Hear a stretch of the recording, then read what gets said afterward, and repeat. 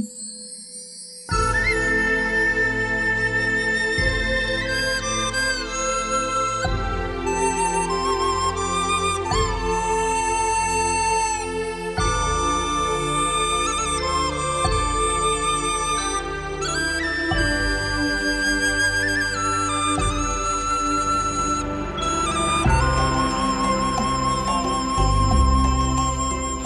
байна хүндэт телевизээр харагчид.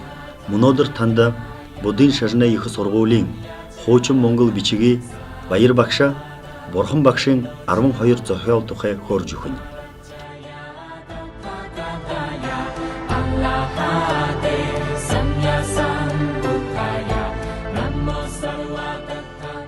Арван эдгээр зохиолын болвол энэ дээд номын хүрдээр юулын зохиол болно.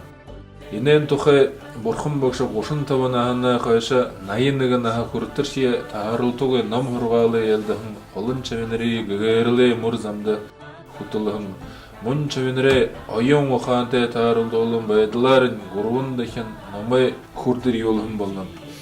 Анган болвол энэ Бурхан багш боди модон дөрөөхөна ортаха бодож үзэг тугас 5 даянч ташамид та ном хургаалы ялдаж Варанаси нютгы сарнаатх шугайсо турушин болвол зоволны үнэн хоёр дахин болвол зоволны ушрэ үнэн гурав дахин зоволноо хагасхын үнэн дөрөв дахин зоволноо гэтлхэн замын үнэн гэд дөрвөн үнэнэ ном турушин номыг юу тавьсан байна.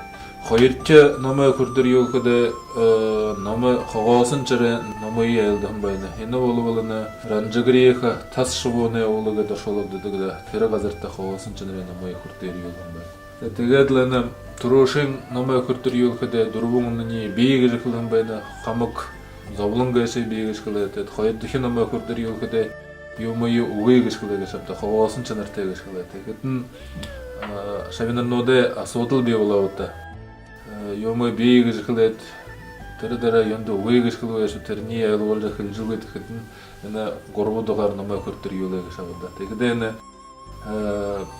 сайтар илгахан ном гэдэг энэ лэгүр живи чамхар гэдэг энэ гурван ч номыг хүрдэр юу л. Тэгээд энэ Бурхан багшмын энэ гурван номыг хүрдэр юу л тус бодим энэ хамаг хэлхэн юм хойд гэж гурван дахин номыг хүрдэр юу л энэ болов 11 дахин зохиолын болно.